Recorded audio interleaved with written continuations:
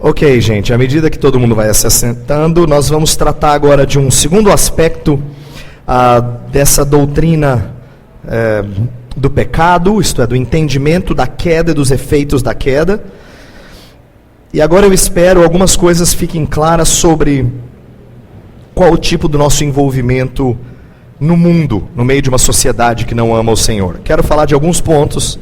Acho que essa segunda parte vai ser um pouco mais curta do que a primeira. Mas eu falei para vocês que hoje é o dia meio deprê, né? Não significa que só o que a gente vai ouvir seja deprimente, mas é importante entender devidamente o que significa e os efeitos da queda. E agora eu acho que eu vou falar de algumas coisas até positivas, mas contanto que nós tenhamos o entendimento correto do pecado, tá? Ok, vamos começar assim. Vamos falar do pecado, eu vou usar uma figura. Eu quero falar do pecado como sendo um parasita. Está aqui no próximo slide. Tá? Deixa eu ilustrar o que eu quero dizer por o pecado como parasita. Tá assim, a primeira frase está assim: o reino das trevas sobrevive das estruturas do reino da luz. Não vive à parte deste. Ele só sobrevive enquanto se aproveita do material do reino de Deus. Ele sempre trabalha com capital emprestado. Isso aqui é muito interessante. O que significa que o pecado é parasita? É que o pecado, ele não tem identidade própria. O pecado, ele é a distorção da criação de Deus. Ele, não existe nada que seja mal a tal ponto que Deus não possa corrigir se Ele assim o quiser. Se Ele assim o quiser. A ideia do pecado como parasita, eu preciso explicar isso, é muito importante porque ela ela corrige alguns erros que a gente tem no meio evangélico. Vou dar um exemplo disso, tá? Às vezes as pessoas têm a impressão de que o reino das trevas é um reino quase tão forte quanto o de Deus. Assim, não é igual ao de Deus, mas é quase. Por quê? Quando falam de batalha espiritual, que é um termo bastante usado em alguns meios evangélicos, né? E a Bíblia fala de uma luta contra principados e potestades, né? Uma luta espiritual. Mas quando falam de batalha espiritual, normalmente as pessoas têm a impressão quase que dualista de um Deus bom e um Deus mau lutando de tal forma que no final o Deus bom vence, mas é uma luta difícil. Eu costumo dizer que às vezes o evangélico tem a impressão de que Satanás é tão poderoso que é como se ele e Jesus estivessem numa luta de espada. E nessa luta vai para lá e vem para cá e vai para lá e corta o braço de um e corta a perna do outro e tal. E no final Jesus ganha, mas ufa, foi por pouco, cara. Essas pessoas têm a impressão de que Satanás é páreo para o nosso Salvador. E a gente se esquece de uma frase de Martinho Lutero que é preciosa: até o diabo é o diabo de Deus. Até o anjo das trevas é servo de Deus. Isto é, está nas mãos do poderoso Deus. E tudo que Satanás e os seus demônios conseguem fazer é chupar as propriedades do corpo onde ele está. Por isso que eu usei a figura de parasita. O reino das trevas não é um reino separado do domínio de Deus. Presta atenção nisso. Isso é muito importante. Se eu quisesse desenhar aqui, eu poderia desenhar um círculo grande e dizer assim, ó, esse é o reino da luz. É o reino de Deus.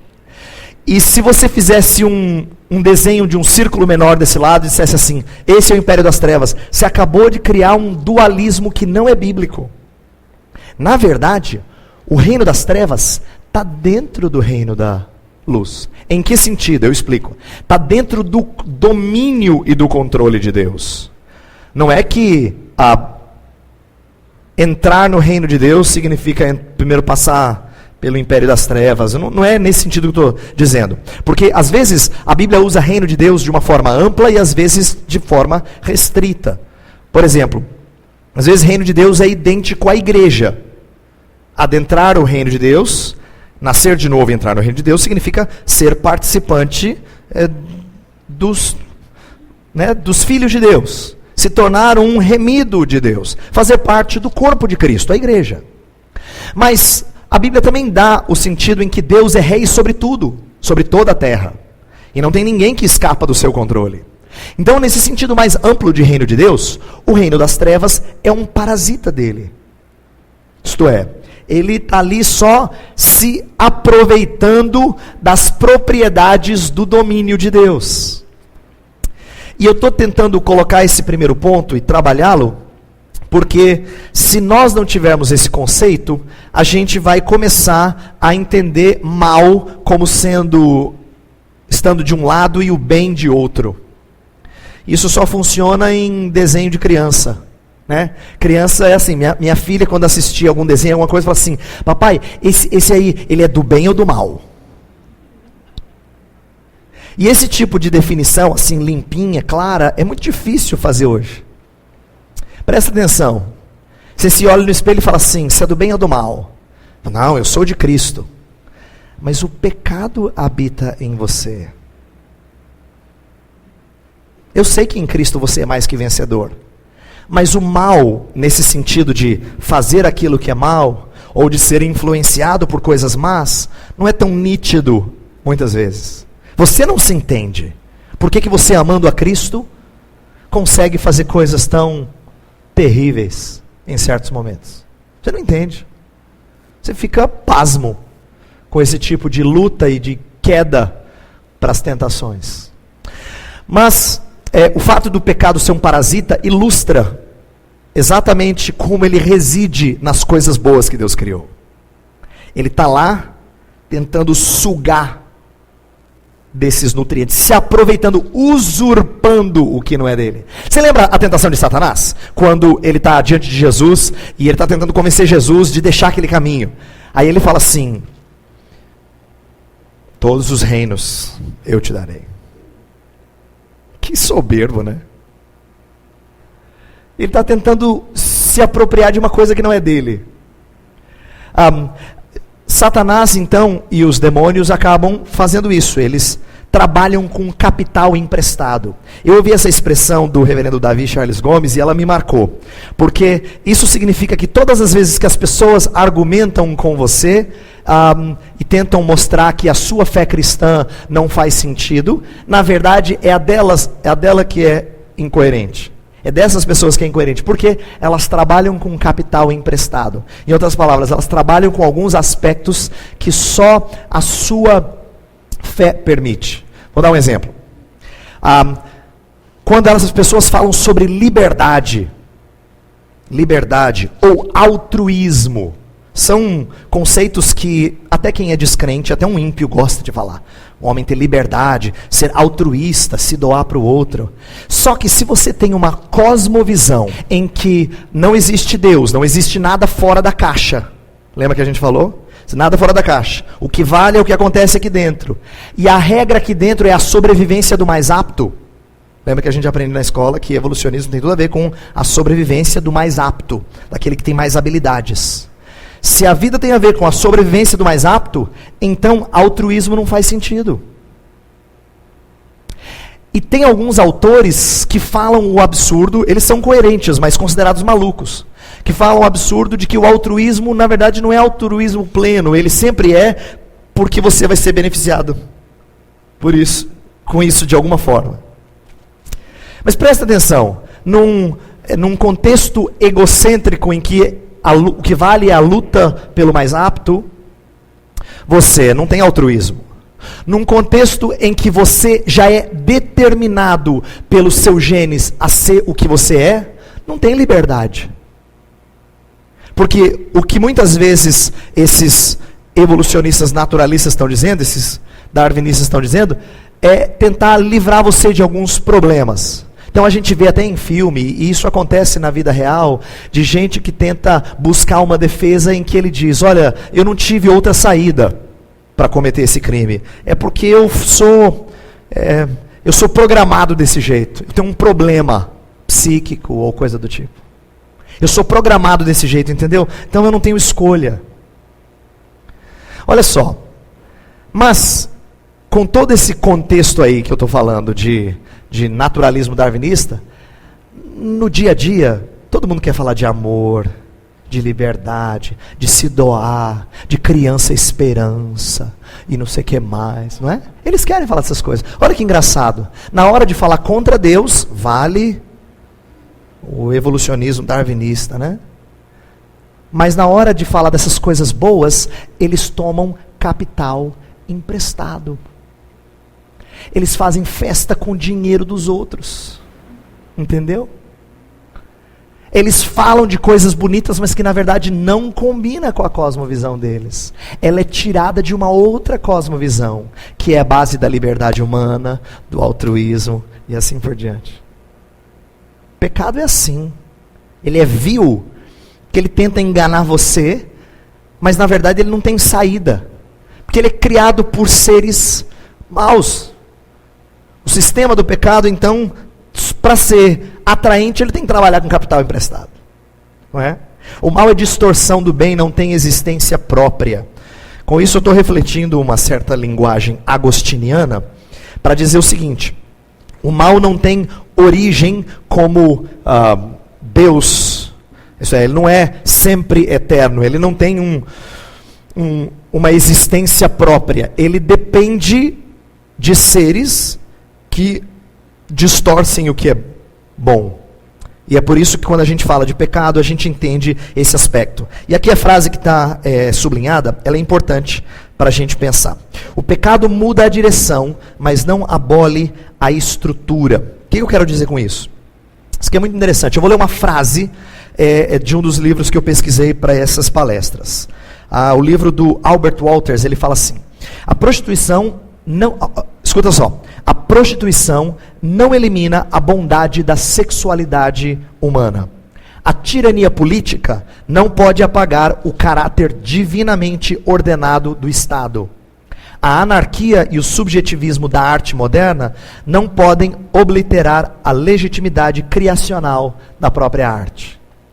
O que esse autor está querendo dizer é o seguinte: por mais que o pecado manche a criação de Deus, o nosso universo, ele não consegue quebrar com a estrutura.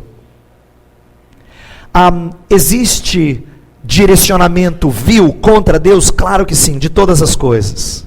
Práticas sexuais erradas, mas isso não abole o fato da sexualidade ser criada por Deus e boa e santa.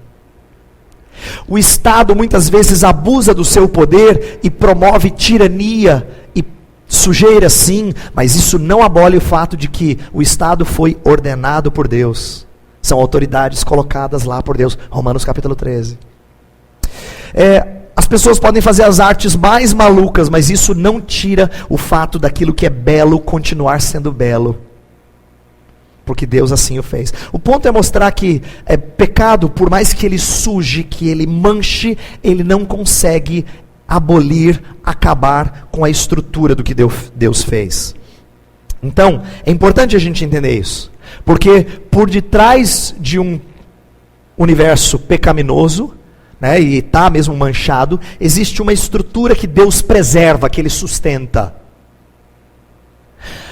Por mais, olha que interessante, por mais que as pessoas tentem deturpar o que Deus criou, invertendo o sentido de famílias, né? Invertendo o sentido de comunidade, ainda assim o ser humano não consegue fugir da ideia de família e de comunidade. É impossível, porque isso está na estrutura das coisas que Deus fez. Você está entendendo?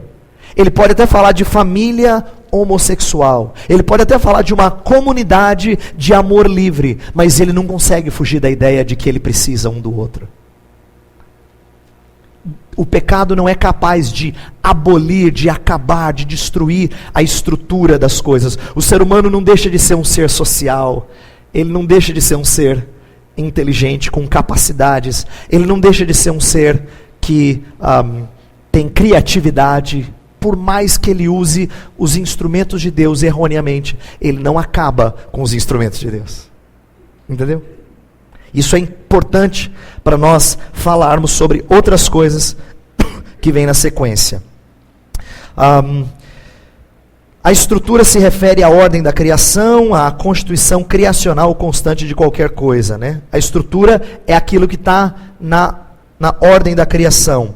A maneira como você usa é que precisa ser considerada agora. Então deixa eu falar um pouquinho sobre cultura então. À luz do que nós falamos, cultura pode ser santa e pode ser pecaminosa.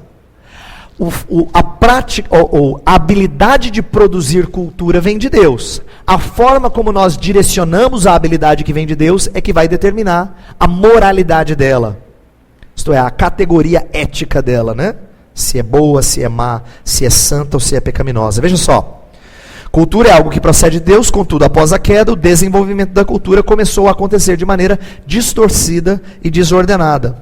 Por isso, quando falamos de cultura, precisamos fazer uma distinção entre o potencial ordenado por Deus, que é a estrutura, e aquilo que é distorcido pela direção imposta pela natureza pecaminosa do homem. Tá? Eu quero que vocês guardem isso para ficar mais fácil da gente conversar sobre estrutura e direção. Veja só, vamos falar um pouquinho mais desse assunto. A cultura não é constituída apenas de seu aspecto estrutural estabelecido por Deus. Para existir, a cultura depende de algo que ponha em funcionamento as estruturas estabelecidas por Deus e desenvolva seu potencial. Ela precisa de direção. Deus chamou você para fazer aquilo que Ele colocou como sua missão. Então, quando Deus falou assim, sede fecundos, multiplicai-vos, enchei a terra, sujeitai-a, Ele está dizendo, coloque em funcionamento as potencialidades que eu te dei. As potencialidades são a estrutura. O colocar em funcionamento é a direção. É a direção. E a questão é, como é que o ser humano coloca em direcionamento, né? Embora toda a realidade criada nas suas mais diversas manifestações esteja debaixo de uma estrutura ordenada pelo Criador, foi ao homem que Deus concedeu a responsabilidade de descobrir o potencial dessa estrutura e explorá-lo. Então estou tentando destacar isso para você entender que quando nós tratamos de coisas na vida, do que as pessoas fazem pessoalmente, de trabalho, de estudos, sua postura familiar, seus caminhos individuais, seus projetos, seus planos, ela está usando as potencialidades de Deus. E ela pode estar fazendo isso corretamente ou incorretamente. A Bíblia nos dá diretrizes para julgar isso. Mas de qualquer forma, o fato do homem ser capaz de fazer isso já é um louvor ao Deus Criador. Seria a mesma coisa que você dizer assim, puxa, tanta inteligência, pena que foi usada para criar uma bomba atômica. O fato de haver muita inteligência e muita habilidade científica é em si mesmo um louvor ao Senhor. Porque a estrutura mostra a potencialidade do ser humano, mas direcionada com intenções malignas. Você entende? Isso é muito comum. Frequentemente a gente se frustra quando a gente vê alguém com um potencial, mas não usando. Ou usando mal. Menino é tão inteligente, pena que só faz bobagem. Você entende que ele tem potencial. Deus lhe deu uma estrutura louvável, admirável. Mas a maneira como usa é a questão. Então olha só, a queda não destruiu a estrutura estabelecida por Deus, mas o homem a tem utilizado para desonra de Deus e seus interesses egoístas. Prova disso é o fato de Caim e seus descendentes darem continuidade ao desenvolvimento da cultura, ainda que numa condição de apostasia e, portanto, desordenada. Lembra que eu falei desse texto? Abre lá em Gênesis capítulo 4.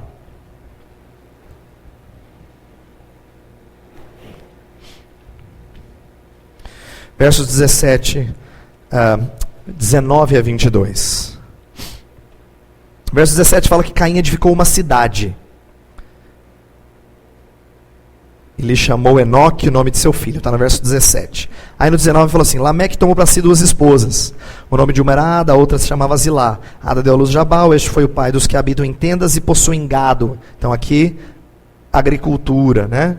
Ou melhor, pecuária. O nome de seu irmão era Jubal, este foi o pai de todos os que tocam harpa e flauta. Olha a música, o aspecto artístico aqui. Zilá, por sua vez, deu à luz a Tubal-Caim, artífice de todo instrumento cortante, de bronze e de ferro. Olha a metalurgia.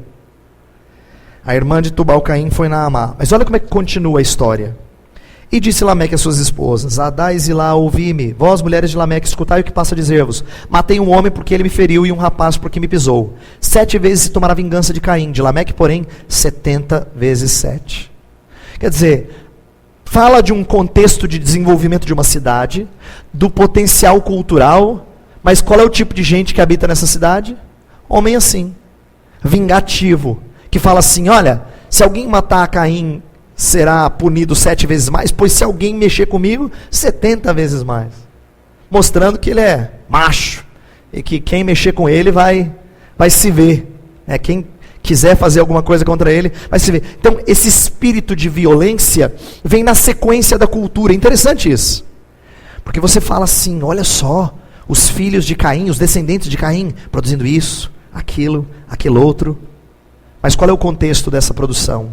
De apostasia. Deus havia dado ordem para dominar a terra, sujeitar-a, mas isso em obediência e em comunhão com o Senhor. Eles estão fazendo essas coisas distantes do Senhor, tá? Eles estão produzindo cultura, mas não cultura para honra e glória do Senhor Deus. Então a Escritura trata disso. Ela fala de cultura. O fato de um descendente de Caim ter começado a tocar flautas, não significa que flauta é do mal. Tá? O fato de alguém, como descendente de Caim, ter desenvolvido metalurgia, não significa que, eu não compro mais bronze. Porque bronze está lá ligado à família de Caim. A gente vai falar disso daqui a pouco, de como às vezes crentes associam certas coisas a ímpios e por natureza consideram do diabo. Pecado em si mesmo. A Bíblia não dá nenhuma margem para isso, pelo contrário. No templo tinha quem tocasse os instrumentos desenvolvidos pelos descendentes de Caim. No templo usava-se das coisas que foram produzidas, os metais desenvolvidos por um descendente de Caim. No templo se oferecia os animais que os descendentes de Caim aprenderam a cultivar. No templo, no lugar de adoração ao Senhor, se usava coisas que foram produzidas por gente que não ama a Deus. Assim como você veste roupa, come comida, estuda em escola, trabalha em firma, de gente que não ama a Deus. E eu estou dizendo isso nesse primeiro momento para a gente parar com a neura de alguns anos atrás, hoje menos, mas sempre tem. Que às vezes a gente tem e fala assim: fulano, você já comeu no lugar tal? Você sabia que o lugar tal, o dono dá não sei quanto de dinheiro para uma seita satânica? Sabe qual é a minha tristeza, quando eu converso com gente assim? É dizer assim: você sabia que cada coisa que você veste, come, se não é feita por um cristão, significa que é feito por um filho do diabo. Tudo que você faz e participa é do filho do diabo. Porque foi o que Jesus chamou todo aquele que não amava o seu pai e não o recebia. Filho do diabo. Pois você estuda com o filho do diabo. Você trabalha com o filho do diabo. E isso não é para que seja motivo de nosso entretenimento. Mas é para que a gente tenha a noção de que Deus é capaz de permitir que filho do diabo faça coisa proveitosa para os filhos de Deus. Isso é a providência de Deus. Tá? Essa é a providência de Deus. Então, agora eu entro num assunto importante, que é essa palavrinha que a gente usa muito, mas às vezes equivocadamente. Mundanismo. O que é mundanismo? Na verdade é melhor eu começar com o que não é, tá? Mundanismo não é composto de certas atividades, certos jogos ou danças, artes, mas da corrupção delas. Presta atenção. É mais fácil quando a gente diz que aquilo ou aquele lugar ou aquela prática é pecaminosa. É mais fácil. Mas é mais fácil porque você delimita o que é proibido. É típico de quem é legalista. Só que é mais correto você entender é usada para a honra e glória do Senhor? Não. Então não faça. Lembra o apóstolo Paulo lidando com carnes sacrificadas a ídolos? Esse é um texto em que as pessoas estão tendo dificuldade. Bem típico da nossa época, muito atual, por sinal. A palavra de Deus é bem atual. Havia na cidade de Corinto, assim como em Roma, açougues que vendiam carnes que antes tinham passado por rituais pagãos, de idolatria a falsos deuses. E aí, o crente ficava sabendo e se incomodava. E aí, pode ou não pode comer? Isso aqui é do diabo, alguns diziam. Ou dizia que nada, quem é que fez o boi? Deus. Se Deus fez o boi, então é de Deus. Aí uns falavam assim, não, você é um crente muito devasso. Isso aqui foi oferecido aos ídolos. Você é um crente devasso. O outro dizia assim, você que é fraco. Fraco na fé. Tá aí, disse. Tem nada a ver. E essa tensão gerou uma palavra do apóstolo Paulo que foi muito sábia. Porque a sua maior preocupação era não só com o que a gente faz por causa de nós mesmos, mas o que a gente faz por causa do outro. Todas as coisas me são lícitas, mas nem todas convêm. O que ele estava querendo dizer é, tem certas coisas que são sãs, mas a gente não faz, porque pode levar o outro a tropeçar. E eu não posso fazer isso. Porque até o que eu como e o que eu bebo tem que ser para a glória do Senhor. Quer comais, quer bebais, fazei tudo para a glória do Senhor. Paulo está tentando mostrar que até nas coisas que não são pecaminosas em si, eu tenho que tomar um cuidado. Mas presta atenção, ele ensina uma coisa importante. Há coisas que não são pecaminosas em si mesmo. E é isso que o crente tem dificuldade de aprender. Por quê? É mais fácil para ele rotular de pecaminoso. Então eu vou falar de uma coisa que a gente poderia aplicar a várias coisas, mas na nossa cultura, há certas coisas que nós temos mais dificuldade do que em outras culturas. As dificuldades variam de cultura para cultura. Certas coisas para nós são uma barreira. A gente pode até dizer assim, intelectualmente, eu acho que tudo bem, mas na prática você tem muita dificuldade. A gente poderia citar inúmeros exemplos. Uma vez eu falando com um grupo de alunos, eu falei assim, olha que curioso, dança para a maioria dos crentes é pecaminosa, a não ser que seja no culto, que aí é a dança santa.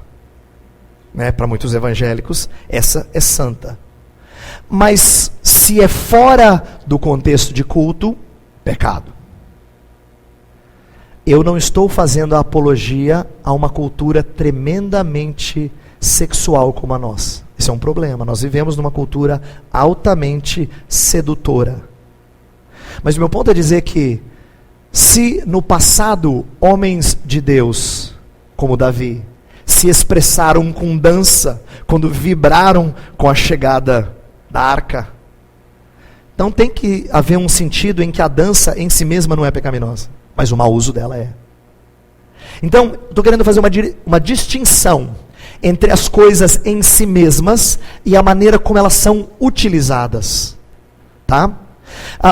Por que eu estou tentando explicar isso? Porque nós não podemos ter essa visão gnóstica da ética, que divide a vida em coisas ruins e coisas boas para fazer. Mas aqui pode. Por quê? Porque é gospel. Às vezes é a mesma coisa que eles fazem lá fora, só que é gospel. Então pode. Não é?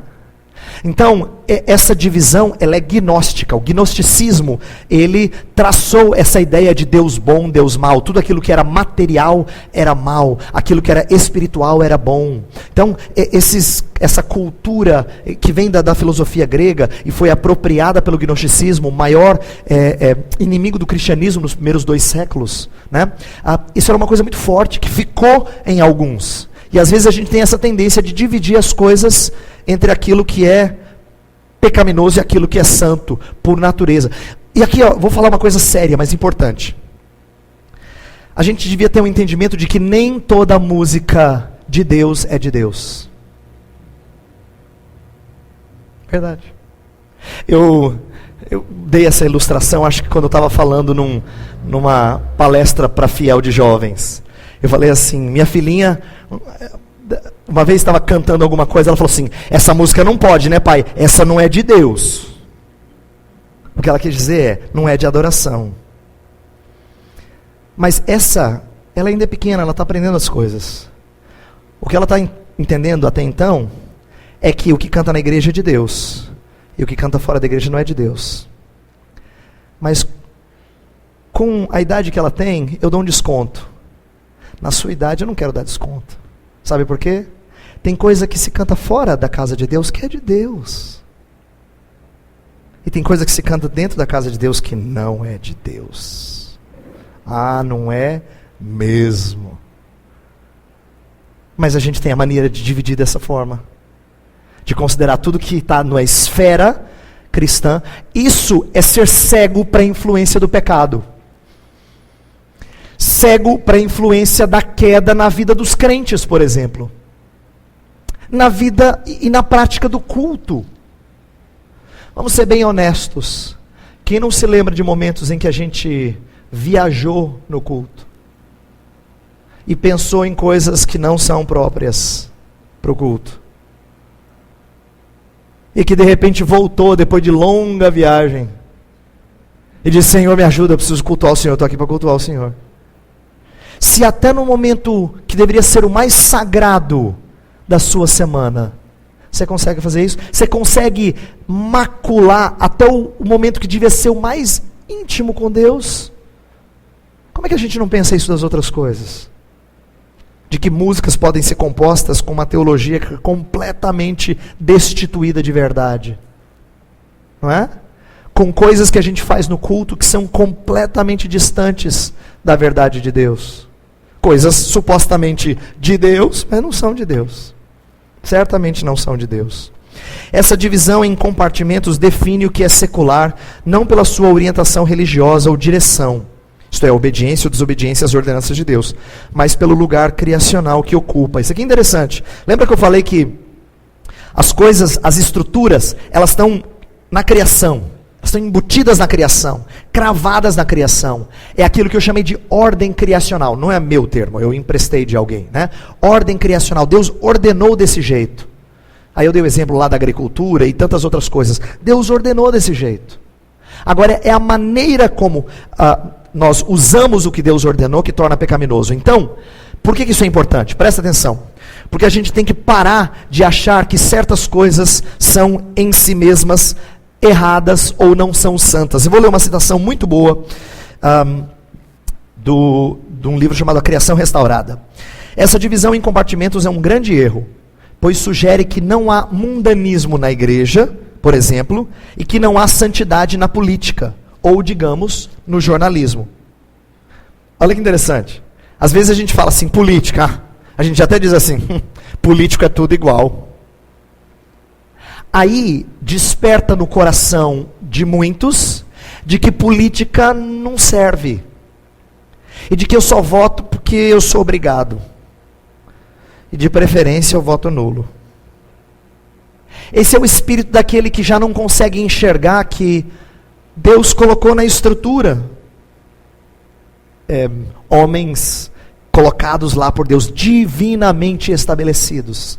E que é o mau uso dessas coisas que deve ser detestável, não a coisa em si mesmo. Mas você percebe como a gente conecta uma com a outra? Você, me perdoe usar essa expressão, mas a gente cria um nojo de política. Não, a gente devia ter nojo de pecado, não de política. Entendeu? Mas a gente associa. Como se o que você faz na igreja é santo, quando você está na faculdade de jornalismo, aí é secular, né? Você pode tratar de coisas santas ou pecaminosas quando você está numa faculdade de jornalismo ou qualquer outra. Então, é disso que eu estou tentando fazer a gente fugir. Desse dualismo que confunde estrutura e direção, tá? Que não leva em consideração essas coisas. Veja, vamos abrir um texto, 1 Timóteo 4, versos 1 a 5. Olha só.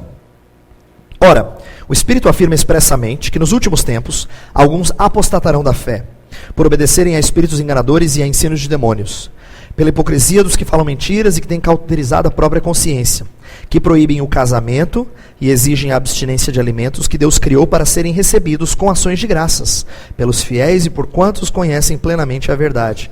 Pois tudo que Deus criou é bom, e recebido com ações de graças, nada é recusável, porque pela palavra de Deus e pela oração é santificado. Olha que texto lindo! Alguns proíbem coisas em si mesmos e não entendem que pela palavra de Deus é santificado. Ele está usando um exemplo, ele está confrontando, Paulo está falando, olha, nos últimos tempos as pessoas vão condenar as coisas que são físicas. Ele tem em mente uma espécie de prelúdio do gnosticismo. O gnosticismo ele tomou forma no 2º século principalmente, que ele se tornou robusto. Mas já havia uma espécie de protótipo do gnosticismo durante a escrita do Novo Testamento. Né? E Paulo está dizendo assim, ó, tem pessoas que consideram a matéria má. É por isso que eles dizem que não deve se casar, você tem que se manter casto. É por isso que eles dizem assim, ó, não coma certos alimentos. Por quê? Porque você tem que privar a carne de prazeres.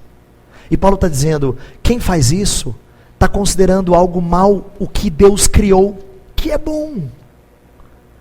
Ah, mas tem uma série de problemas.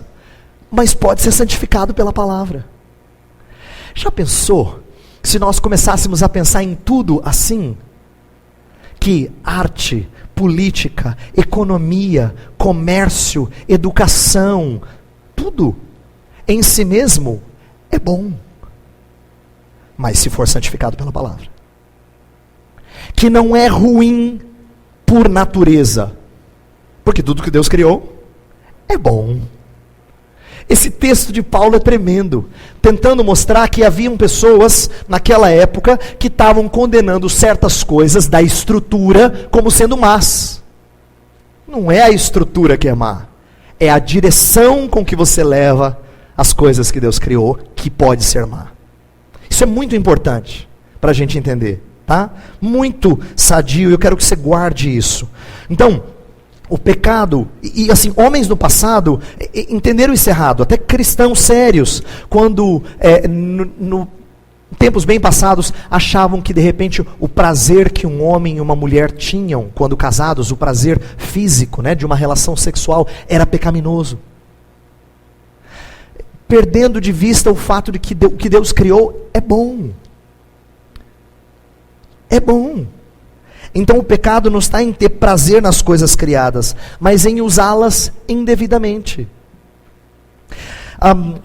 Fala que Moisés, ele rejeitou ser chamado filho da filha de Faraó, em troca do opróbrio, né, da vergonha, do desprezo de ser um líder dos hebreus. Está lá em Hebreus 11, aquele capítulo que fala dos heróis da fé. Olha só. Não é que as coisas que havia na casa de Faraó eram erradas. Elas não eram erradas em si mesmas. Ele podia usufruir das oportunidades, dos mestres, dos banquetes, contanto que ele não infringisse lei de Deus. Mas a questão lá é a seguinte, até as coisas que são lícitas, quando implica em não obedecer o chamado de Deus, elas são ilícitas.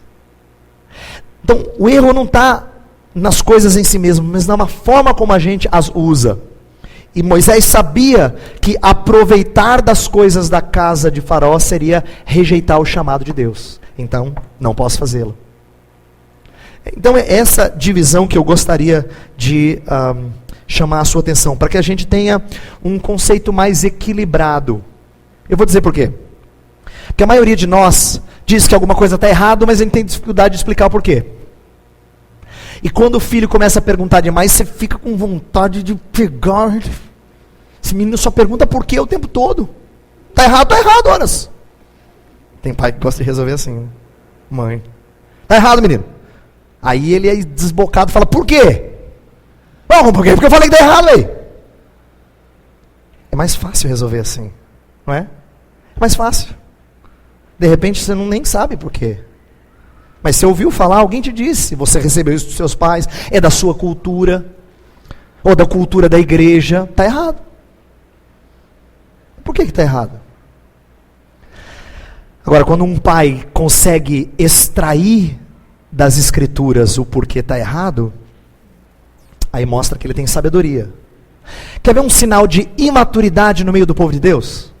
Vou dizer uma coisa que vai te deixar envergonhada. Não precisa dizer que você já fez isso, tá? Eu sei que você já fez isso alguma vez.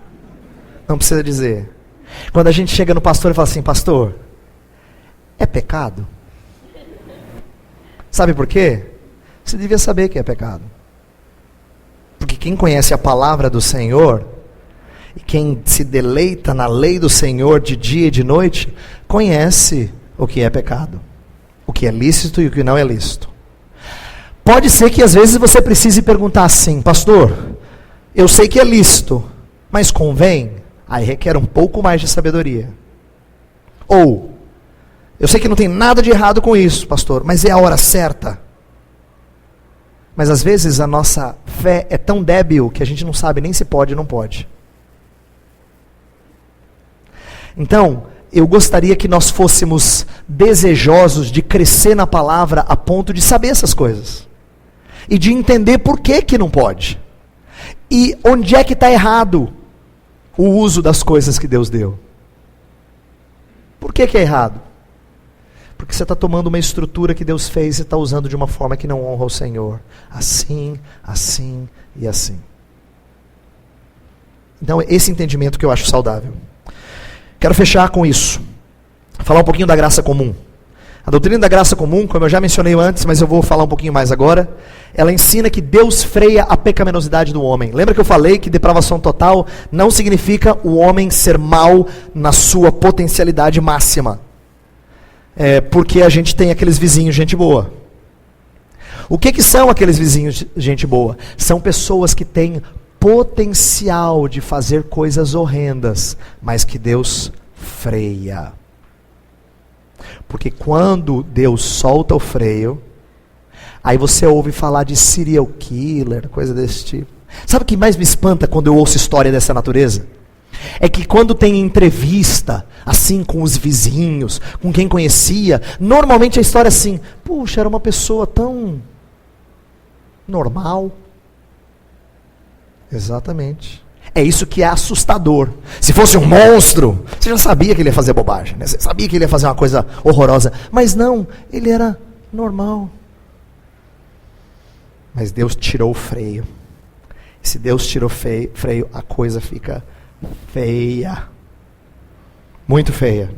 Por causa dessa potencialidade para o mal.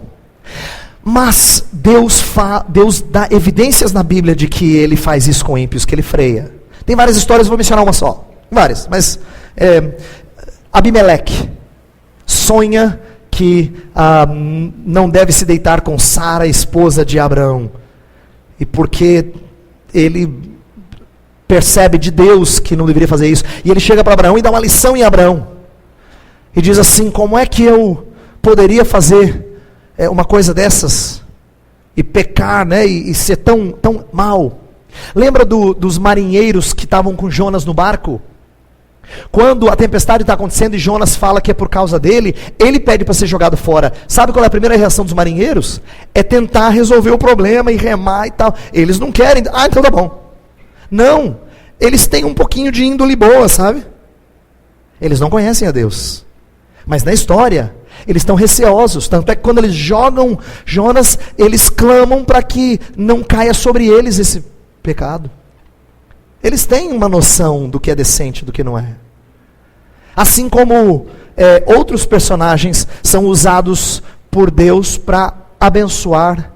Artaxerxes, por exemplo, né, que é usado por Deus para permitir que Neemias volte para a terra e faça a obra de reconstrução. Então, homens que não temem a Deus, mas que estão sendo usados por Deus para cuidar de crentes. Inclusive, deixa eu falar uma coisa aqui interessante. Eu digo no segundo ponto aí: Deus concede dons tanto a ímpios quanto a crentes, é verdade. Tem pessoa que entende isso errado. Deixa eu usar uma palavra mais fácil de entender. Deus concede talentos, tanto a ímpios quanto a crentes. Tem crente que chega assim e fala assim: pastor, eu tenho o dom da música. Não, querido, você não tem. Você tem um talento musical. Como gente que não ama a Deus tem um talento musical. Né? Você tem um talento, que você pode chamar de dom, mas às vezes a gente confunde com os dons que o Espírito concede àqueles que nascem de novo. Na Bíblia não tem dom espiritual da música. Música é um talento. Inclusive, às vezes, nós somos tão encantados por pessoas que cantam tão lindo, você fala, gente, que pessoa de Deus. Depois você fica sabendo que tem uma vida tão devassa. Porque talento é uma coisa diferente do dom que o Espírito concede. Pois Deus concede talentos, habilidades, e inclusive capacidade de fazer aquilo que é justo a ímpios. Deus faz isso. Deus preserva resquícios da sua imagem no descrente, a ponto do ímpio poder produzir aquilo que é belo e verdadeiro. Toda a verdade é verdade de Deus. Eu já mencionei isso em conversas com pessoas. Não importa da boca de quem vem. Atos capítulo 17, Paulo está entre os atenienses e ele cita filósofo. Tito também cita os filósofos da época para dizer, olha, eles disseram uma verdade muito grande. Não é? O que eles disseram é muito verdadeiro. Ímpios, homens que não tinham a revelação de Deus, mas que disseram coisas corretas. E o apóstolo Paulo se apropria delas e coloca num escrito inspirado pelo Espírito. Olha que interessante. Tem palavra de ímpio na palavra inspirada de Deus. E não é palavra de ímpio falando bobagem, não. É falando coisa certa. Falando coisa certa. Para mostrar que Deus permite que estes falem aquilo que é correto. Agora, por que eu estou dizendo isso? Eu quero fechar. Começar fechando esse assunto aí, a gente abre para perguntas. A graça comum, que é essa doutrina, ela tem um propósito muito precioso. Eu falei na primeira parte de coisas que são, como eu falei, aparentemente deprimentes, mas importantes para a gente ser cônscio do pecado neste mundo. Só que a graça comum é a bondade de Deus que não permite que esse mundo seja tão mau quanto possível. Sabe por que Deus opera com essa graça na vida de todos? Comum significa a todos os homens, né? Comum às pessoas. Sabe por que Deus faz isso? Por amor ao seu povo. Para que a vida do seu povo aqui não seja tão desgastante, tão sufocante. Então, em meio à má notícia da queda, Deus tem algumas boas notícias quando Ele freia os efeitos da queda na vida dos seres humanos. Mas a boa notícia mesmo vem amanhã. Primeira pergunta. O que acontecerá com a imagem e semelhança de Deus no homem que vai para o inferno? Ok. A Bíblia não fala sobre essa conexão do fato de ser imagem e semelhança de Deus no inferno. Mas não é difícil a gente deduzir o seguinte: é terrível não usar a potencialidade que Deus deu para o bem. Por quê? Porque ser privado disso é tremendamente sufocante. Deixa eu dar um exemplo. Eu não sei como vai ser o inferno. Assim como eu não sei como será o lugar chamado céu, ou novos céus e nova terra.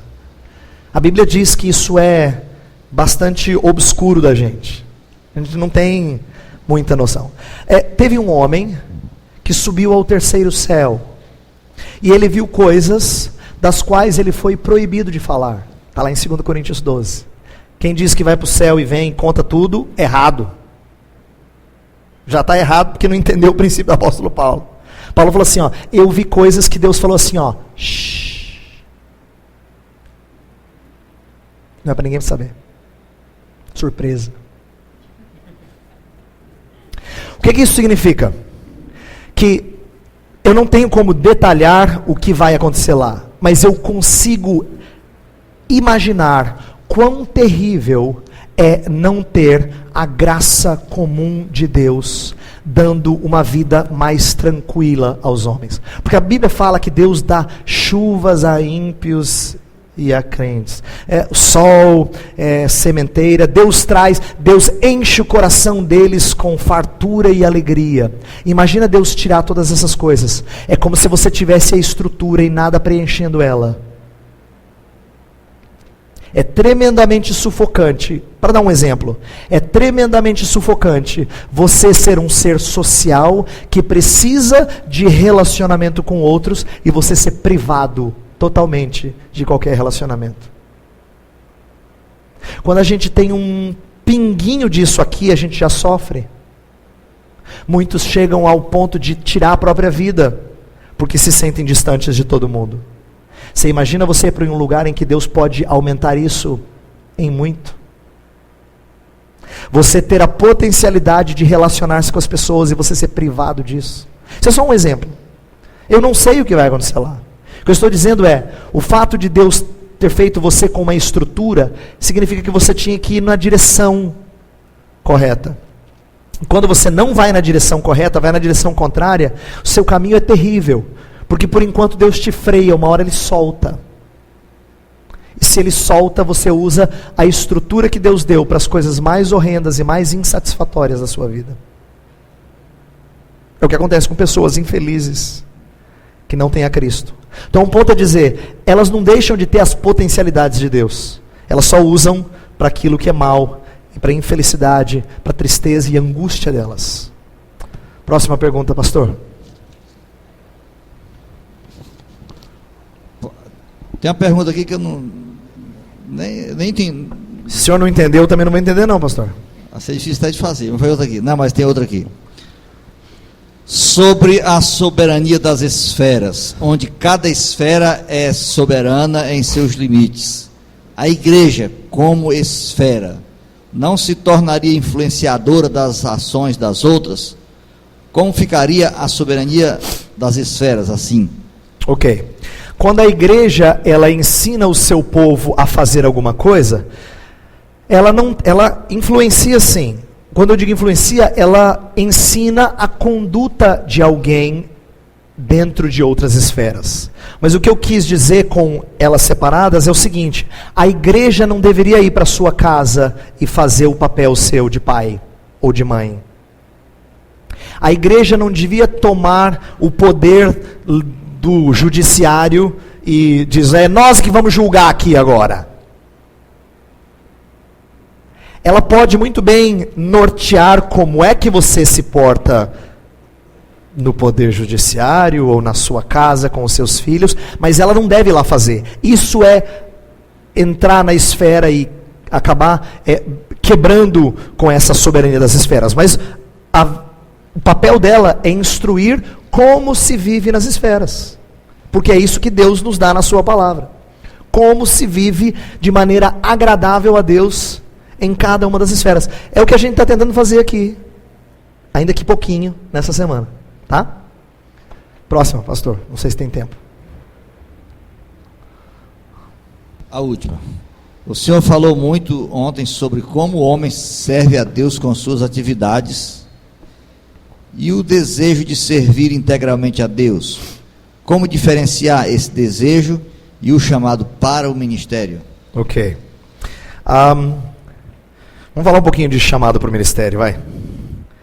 Vou fazer uma pergunta que vocês que são da escola Charles Spurgeon não vão gostar. Mas eu acho que eu tenho que falar. Se você se sente chamado, a minha pergunta é, por quem? E você vai dizer, simples, pastor, por Deus. Aí eu vou fazer uma outra pergunta que é aí que você não vai gostar. Me prova na Bíblia.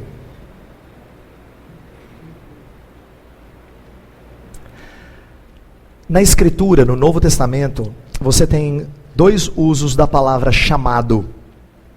Ou ela se aplica à sua salvação, a ideia de que você foi eficazmente chamado das trevas para a luz, ela usa muito esse sentido. Então a ideia de vocação tem a ver com chamado de salvação.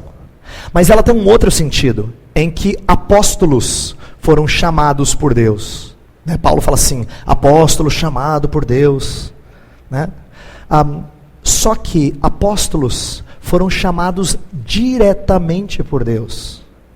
Como profetas foram chamados diretamente por Deus. Eu não me vejo na autoridade para dizer que o seu chamado é idêntico ao do apóstolo Paulo. Ou o meu.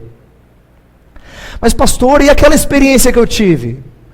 Eu não nego que Deus possa ter direcionado você para o ministério.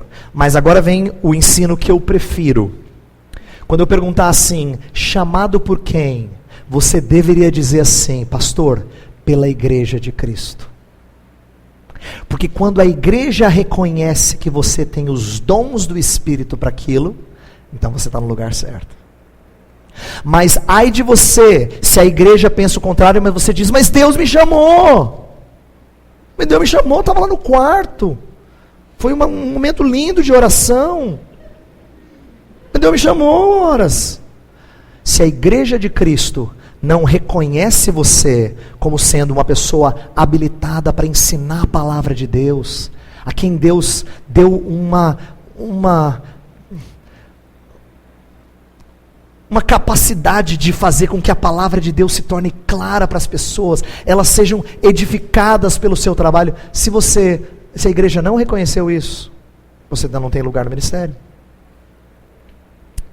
Por quê? Porque Paulo ensina nas suas cartas, e durante todo o Novo Testamento a gente percebe que aqueles que são chamados para fazer a função de pregadores da palavra são reconhecidos e devem ser reconhecidos pela igreja. O meu ponto, eu vou fechar minha resposta. O meu ponto é dizer que a gente tem que tirar um pouco dessa ideia de vocação do aspecto subjetivo e colocá-la no lugar em que a palavra de Deus coloca. A palavra de Deus fala que Deus concedeu uns para serem apóstolos, outros para serem profetas, outros para serem evangelistas, outros pastores e mestres. Está falando de dons. Deus concedeu uns para serem isto, aquilo outro, falando de habilidades. Pedro, fala lá em 1 Pedro 4, a quem Deus deu o dom de falar, que seja segundo os oráculos de Deus. Tá falando de pregadores, de mestres, de gente que lida com a palavra. Se Deus concedeu esse dom, então faça segundo a palavra dele. E a palavra dele então nos ensina que nós temos que ter isso evidente, mas não só evidente pela experiência que você teve, mas confirmado pela igreja de Cristo Jesus. É por isso, atenção, é por isso que os líderes da igreja no Novo Testamento eram escolhidos pelo povo de Deus. Paulo fala assim, escolhei dentre vós homens idôneos. Quando alguém se sente um líder, na Bíblia tem o nome de presbítero, que é aquele que supervisiona, aquele que almeja o episcopado, ou presbiterato, é o mesmo sentido, aquele que almeja o episcopado, boa obra almeja. O que ele tem que ser? Irrepreensível, apto para ensinar. Blá, blá. Mas essas qualidades, para que elas servem? Para que alguém reconheça e diga, é esse que nós vamos escolher. Porque o Novo Testamento sempre coloca os líderes sendo escolhidos, colocados lá pela igreja de Cristo. Então você percebe por que eu estou indo do subjetivo para aquilo que é objetivo? Porque vocação não pode ser uma coisa que só eu vi, ninguém viu, eu experimentei, você confia na minha palavra e eu só mostro que eu tô no lugar errado, mas você diz, mas como é que eu vou fazer isso com o Heber? Ele falou que foi chamado por Deus e eu só erro, e estou no lugar errado, mas diz, quem sou eu para dizer que o Heber não é chamado por... Às vezes na igreja a gente comete esse erro e não percebe que Deus confirma essas coisas através dessas habilidades, desses dons que o Espírito de Deus nos concede. Então, eu não estou negando, vou fechar dizendo o seguinte, eu não estou negando que Deus possa nos direcionar, nos impulsionar, nos dar desejo de servi-lo no ministério da palavra. Não estou negando isso. Só estou dizendo que isso não basta para você dizer que você é chamado. Você tem que ser convocado pela sua igreja. A igreja tem que reconhecer isso em você. Convocado pela sua igreja para dizer, esse sim, esse é apto para ensinar. Esse sim, esse tem mostrado os dons necessários para exercer liderança.